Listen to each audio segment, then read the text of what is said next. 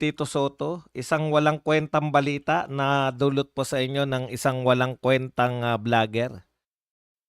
Ito po si Tito Soto, Senate President Tito Soto III said the Department of Information and Communication Technology is running after two content creators allegedly behind the spread of fake news against him.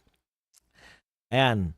So, hinahunting po yung dalawang content creators na di umano ay nasa likod ng fake news laban sa kanya. Buti nga may pumapansin Buti nga may pumapansin pa sa'yo. Di ba taga-showbiz ka? Hindi ka ba sanay dyan sa showbiz? Wala namang katuturan eh. Okay. There are new suspects who were also been hunted. Yan. Bukod pa lang sa dalawa, mayroon pang bagong suspect. Anak ng tinapay naman. No? Kaya ako talaga kawawa po mga kaya kawawa po ang mga influencer o yung mga vlogger, no? Vlogger na mapa-vlog at vlogger na may video, no? Kawawa po dito sa mga politiko na to. Alam niyo po yung mga kahit ilang beses mag-fake news yung mga ano natin, mga taga mainstream media o malala nga hindi nila binabalita. Kahit na ano pong gawin ng mainstream media, parang protektado sila no? Pero naawa na po ako sa mga vlogger Kaya dapat mayroon na pong boses no? Dito po sa mga vlogger. Kala mo naman napakalaki ng kasalanan ng mga vlogger. Akala mo talaga yung mga vlogger ang mga pinaka walang kwenta mga tao Okay. In my 24 years in Senate, I have never been proposed any tax measures. In fact, I have consistently voted against them. Alam mo, Tito Sen, okay lang yan no, na nagpapa-interview pa kayo tungkol sa paghabol nyo sa vlogger. Okay lang po yan kung tahimik po yung lugar yung bansa natin, wala tayong mabigat na problema. Alam mo ba kung gaano kataas yung posisyon mo para maghabol ka sa mga vloggers? No? Si Tatay Digong, ang daming nanira kay Tatay Digong. Alam mo kung bakit na mahal siya ng mga tao? Yung mga naninira sa kanya na mga walang katuturang tao, hindi niya lang pinapansin. Oh, trabaho lang ng trabaho. Alam mo yun? Trabaho lang kayo ng trabaho dapat. Hahabulin lahat, makapagsalita ng isang bagay na okay naman ako, wala naman akong problema dyan. Kaya lang,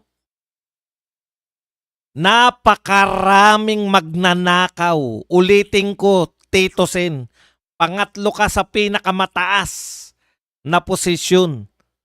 No? At yung Senado, napaka-powerful niya para yung mga magnanakaw ng trilyon, bilyon-bilyon, daang bilyon, yung mga binabagsakan ng mali-maletang pera, may chance ka para ipahuli. May chance ka, makakatulong ka para hulihin. Instead na yun ng atupagin nyo, no? Habulin namin itong mga vlogger na to para nagmumukha kayong alam nyo, ang taas ng posisyon mo Parang kung ikukumpara po natin yan, isang general, tapos maghabol ng mga hahabulin ng general, yung, anong tawag doon, yung mga snatcher. Nakakita ka na ba, Tito Sen, ng general na naghabol ng snatcher? Ganun kababa yung mga hindi angkop sa kapangyarihan. Nagpapa-presscon. May nagpa-presscon ka ba? May nakita ka ba? Ha? May nakita ba kayo na general ng police, chief PNP, na pinahahunting yung mga snatcher? 'Di ba? Napaka-small time na mga pinaggagawa. Hindi nga kilala yung mga vlogger na hinahunting ninyo. Yan yung problema, no?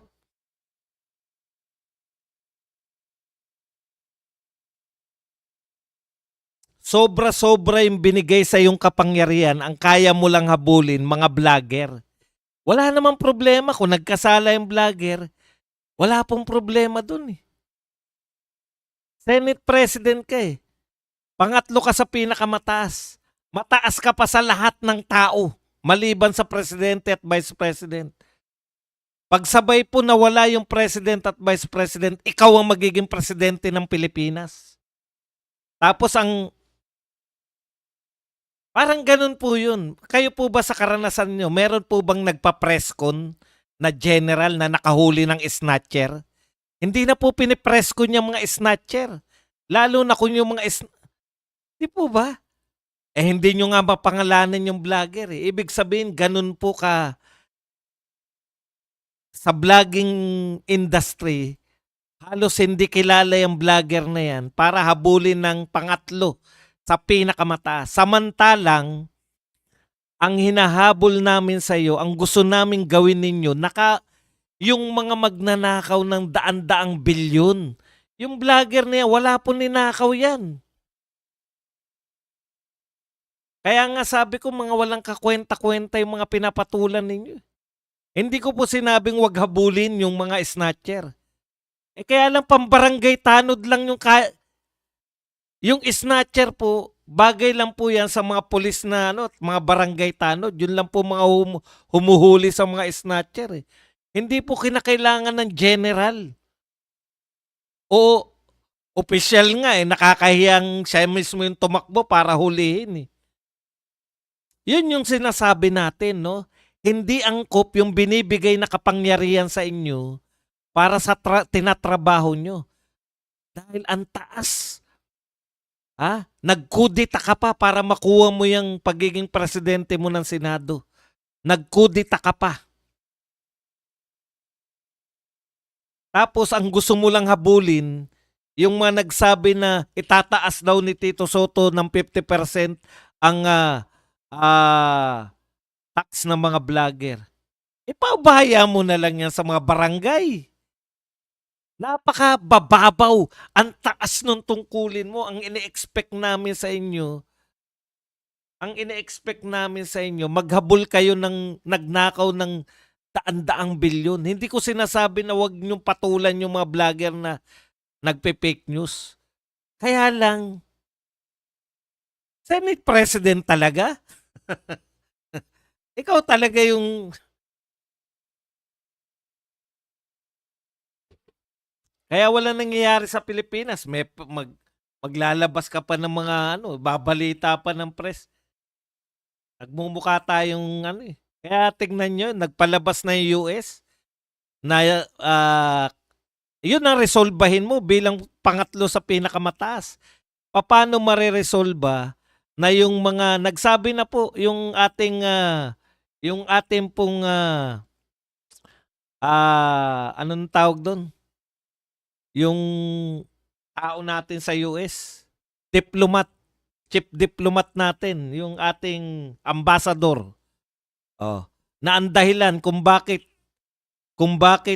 walang pumapasok dito, yung pagnanakaw sa gobyerno, yun yung lutasin mo. Putang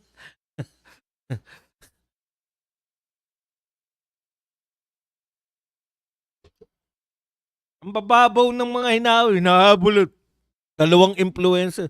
Magpe-presscon pa. Meron pang mga bagong suspect. Suspect? Puta. Suspect daw? Ang kala mo napakalaki ng krimen eh. Inaayon po yung pagkilos sa power. Hindi po yung mga pambarangay. Di ba? Pag kinumpara ko, buti nga, yun lang ang comparison ko, hindi pa chief PNP. General pa lang. Ikaw naman, hindi ka naman general lang eh. Alam mo, Tito Sen, kung gaano ka kataas ang tungkulin mo, pangatlo ka sa pinakamataas, pagsabay na natigok o nawala ang presidente at vice, ikaw ang presidente ng Pilipinas.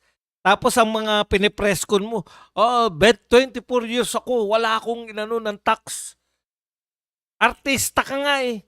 Sanay kayo sa showbiz ng mga chismis eh. Tapos,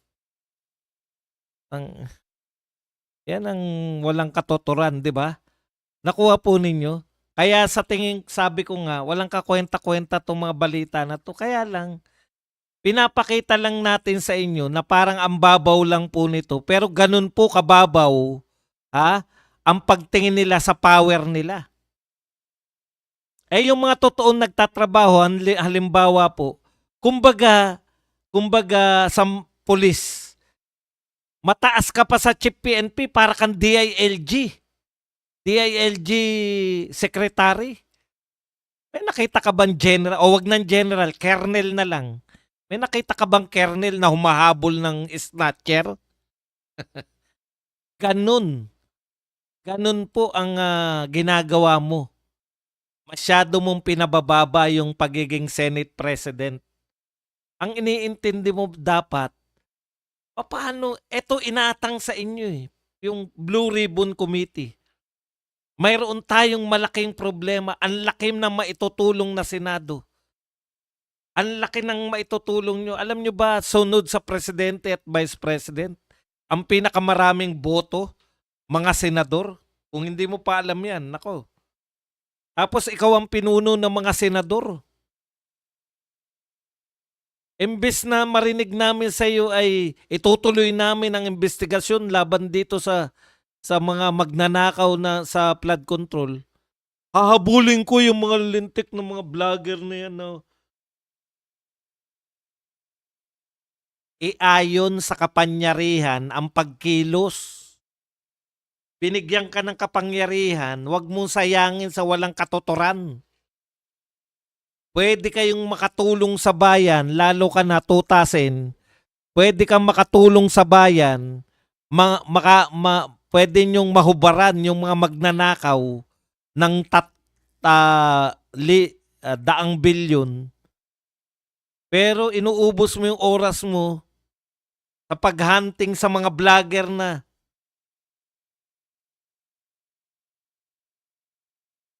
Okay.